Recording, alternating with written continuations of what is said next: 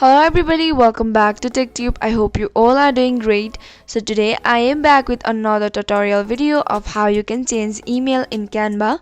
So it is very quite easy and simple. So what you have to do is first of all go ahead and tap on the Canva application. Once you do that, you'll be brought up with the home page of Canva, and in the left hand side at the top you can see the three lines or the menu bar. Go ahead and tap on it. Now there you can see the little profile icon with your name written on it. Go ahead and tap on it. Now go ahead and select settings. Once you tap on it, you will be brought up with this. Now go ahead and tap on your account.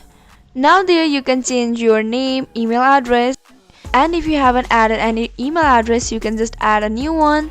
Now go ahead and tap on add and type down the email address that you like to add. So in order to change, you can just remove the previous email that you have added and only can add the new email that you like. So this is the only working method. Once you do that, go ahead and tap on save and you are good to go. So this is how easily you can change email in Canva.